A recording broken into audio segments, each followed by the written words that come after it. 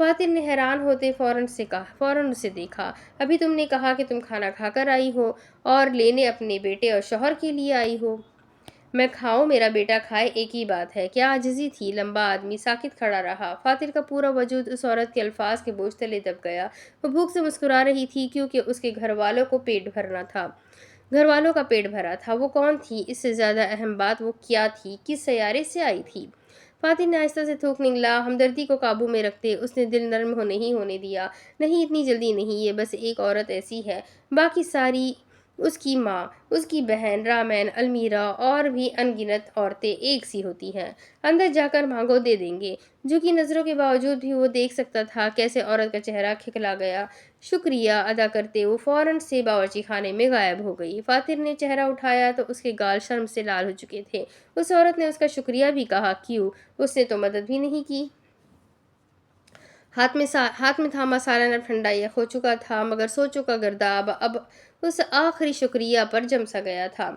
عورتیں کہاں احسان مند ہوتی ہیں فاتر اسلام، اس کے تجربے کی آواز آئی۔ سب عورتیں ایک جیسی نہیں ہوتی۔ اس کی ضمیر نے تجربے کی آواز کو رد کیا۔ گردن کو دائیں بائیں ہلاتے وہ اعصاب کو قابو میں لایا اور ہال کی جانب بڑھ گیا۔ سالن وہاں رکھ کر واپس آنے کا وقت زیادہ نہ تھا۔ دور کہیں رات کا کوئی گھنٹہ پورا ہونے پر بلند گھنٹی کی آواز سنائی دی۔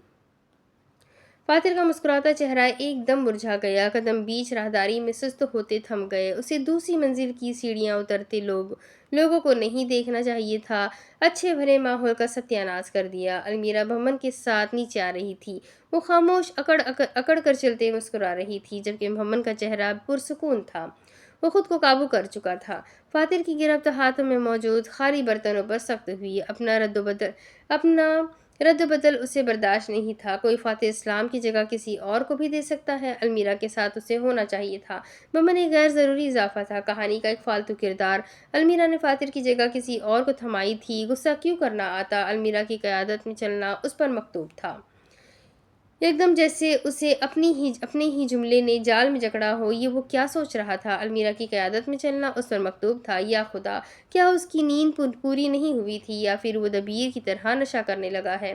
دوسری طرف واپس آؤ تو المیرا خود تو آگے بڑھ گئی، جبکہ بھمن کی نظروں میں پیچھے کھڑا فاتر آ گیا۔ خادم خاص کا چہرہ اداس تھا، مگر ہاتھوں میں برتنوں پر گرفت یوں تھی جیسے تانبا نہیں بھمن کی گردن ہو۔ ہلکی سی مسکراہٹ اس تک اچھالتے وہ مشیر آگے بڑھ گیا۔ خادم تو وہ بھی نہیں کر سکا۔ جتنی مشکل سے خود کو قابو کیا تھا، اتنی ہی آسانی سے اس کے سارے وجود میں غصہ ایک خطرناک لہر کی طرح دوڑا۔ باورچی خانے میں آتے اس نے برتن پٹک کر میز پر رکھے۔ آس پاس کام کرتے دو تین مردوں نے جھرجھری لیتے اسے دیکھا۔ گہرے سانس لیتے وہ سلیب پر جھکا ہوا تھا۔ یہ جذبہ بے نام تھا۔ وہ جانتا تھا اپنے بنائے مقام پر نیا چہرہ دیکھنا دشوار ہے، جس کی وجہ سے فاتر کو بھمن سے زیادہ المیرا پر غصہ آیا تھا۔ مگر یہی تو اس کا سوال ہے، اسے المیرا پر غصہ آ ہی کیوں رہا تھا؟ آگے بڑھتے اس نے پانی کے مٹکے سے پانی نکالتے چہرے پر تر کیا۔ غصہ اس کا ہی تھا کہ ایک عورت سے امید لگا لی۔ عورتیں ہوتی ہی موقع پرست اور لالچی ہے۔ المیرا دوبارہ ملکہ سے ایک عورت کے درجے پر آ چکی تھی۔ اس کی ماں نے بھی اپنی سہولت کی خاطر اس کے باپ کو چھوڑا، اپنی آسانی کو بیٹے کی ضرورت پر فوقیت دی۔ المیرا اور صدیقہ میں کچھ خاص فرق نہ تھا۔ اپنی غلطی مان لینا اس مرد نے سیکھا ہی کب تھا؟ ماضی کے گرداب میں پھنسے وہ خود ہی نتیجہ اخذ کر رہا تھا، جب پشت پر کچھ قدموں کے رکنے کی آواز آئی۔ کام کرتے مردوں میں بس وہاں اب نجف موجود تھا، جو دور رکھی دیگ سے سالن ایک نسبتاً چھوٹے برتن میں نکال رہا تھا۔ فاتر نے گردن ذرا پھیر کر پیچھے کھڑے وجود کو دیکھا اور وہیں اس کے دلائل کمزور پڑ گئے۔ نظام تو کافی اچھا سنبھالا ہے۔ ایک ہاتھ پتلون کی جیب میں اور دوسرے سے چاقو کا معائنہ کرتے اس نے سرسری انداز میں تعریف کی، تو ملکہ کے خاص خدمت گزار ہونا۔ اسی چاقو کی نوک سے فاتر کی طرف اشارہ کیا، جس نے شدت سے چاہا کہ بھمن کو ابھی دل کا دورہ پڑے اور وہ منہ بند کر لے۔ تمہیں ان کا خیال رکھنا چاہیے۔ مجھے وہ ٹوٹی بکھری حالت میں راہداری میں بیٹھی ملی تھی۔ تم کہاں تھے تب؟ فاتر نے جواب نہ دیا، الٹا برتن سمیٹنے لگا۔ بھمن اب چاقو کو دھیرے دھیرے ہاتھ میں گھما رہا تھا۔ فاتر اس کے سامنے سے ہوتا ایک طرف رکھے گندے برتنوں کے انبار کی طرف پلٹا۔ ویسے ایک نوکر ہونے کی حیثیت سے دیکھا جائے تو تم میں کچھ اکڑ کچھ زیادہ ہی ہے۔ چاقو کی سلیب سے ٹکرانے کی آواز آئی۔ کوئی کام ہے تو ان کے پاس جاؤ جن کے قدم چاٹتے ہو۔ میرے سے تمہیں لعن طعن کے سوا کچھ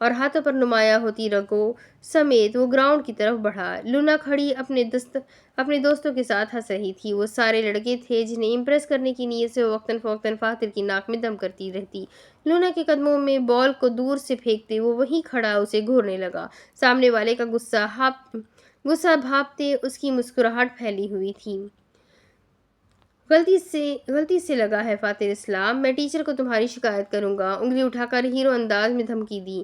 لونا نے آنکھیں گھماتے دونوں ہاتھ کمر پہ رکھے۔ اپنی دوسری امی کو کرو تو میں بھی ڈر جاؤں۔ ایک لمحے کے لیے اس کی دنیا یکسر تھم گئی تھی۔ فاتر اسلام کا اس کا وہ بچہ تھا جس کی زندگی کا مقصد پڑھائی سے لے کر اچھے نمبروں پر ختم ہوتا تھا۔ دوستی سے اسے چڑ تھی اور انا اس کی کبھی آسمان سے نیچے نہیں آئی تھی۔ کسی میں اتنی ہمت نہ تھی کہ اس سے ٹھہری زبان میں بات کرتا، اور یہاں یہ لڑکی اس کی کمزوری سب کے سامنے اس کے منہ پر مار رہی تھی۔ اس کے ہاتھ کانپ اٹھے، آنکھیں دوبارہ نم ہونے لگی۔ اتنا تو وہ جانتا تھا کہ رامین بن موسی نے میڈیا میں اس کے باپ کے خلاف اس بات کا بھرپور استعمال کیا ہے، مگر کسی اور کے منہ، اور وہ بھی اپنے کسی ہم عمر کے منہ سے سننا تکلیف دہ تھا۔ میری کوئی دوسری امی نہیں، رامین جھوٹ بولی۔ وہ یوں بولا جیسے کوئی مریض اپنی آخری سانسوں کے لیے لڑ رہا ہو۔ تو پہلی والی کو شکایت لگا دو۔ ہنستے ہوئے اس نے فاتر کی حالت پر چوٹ کی۔ میں نے سنا ہے تمہاری بہن بھی گھر چھوڑ کر چلی گئی ہے۔ لونا کے ہی کسی دوست نے پیچھے سے ہانک لگائی۔ بہت سے بچے اب ٹھہر کر گراؤنڈ میں ہوتی بحث دیکھنے لگے۔ فاتر تمہاری برتھ ڈے تھی نا، تم نے کوئی پارٹی نہیں رکھی؟ ایک طرف سے آتے کسی لڑکے نے سوال کیا۔ وہ ہمیشہ سے اپنی سالگرہ دھومدار طریقے سے مناتا تھا، کیسے منائے گا؟ اس کی امی تو گھر سے بھاگ گئی ہے۔ لونا کی ہنسی، سب کی نگاہیں، اپنی ماں کا غم، سب ایک ساتھ کسی زلزلے کی مانند اس کے اندر بنے لاوے کی بنیادیں ہلا گئی۔ میری امی گھر سے نہیں گئی۔ ایک دم سے لونا کی طرف بھاگ کر آتے فاتر نے اپنی پوری شدت سے اسے کیچڑ کی طرف دھکا دیا۔ ایک اونچی آواز، ڈھیر سارا کیچڑ اور چیخ کر بھاگتے ہوئے بچے۔ وہ جس نے فاتر کی پشت گندی کی تھی، فاتر نے اس کو سر تا پیر کیچڑ میں ڈبو دیا۔ اب اس کے آگے کی کہانی میں آپ کو اگلی ویڈیو میں سناتی ہوں کہ آگے کیا ہوگا۔ یہ جاننے کے لیے میرے ساتھ بنے رہیں۔ ویڈیو کو لائک کریں، چینل کو سبسکرائب کریں، بیل آئیکن کو ضرور دبائیں، کمنٹ کر کے ضرور بتائیں کہ آپ کو ناول کیسا لگ رہا ہے۔ تو ملتے ہیں اگلی ویڈیو میں، تب تک کے لیے اپنا خوب سارا خیال رکھیں، مجھے بھی دعاؤں میں یاد رکھیں۔ اللہ حافظ۔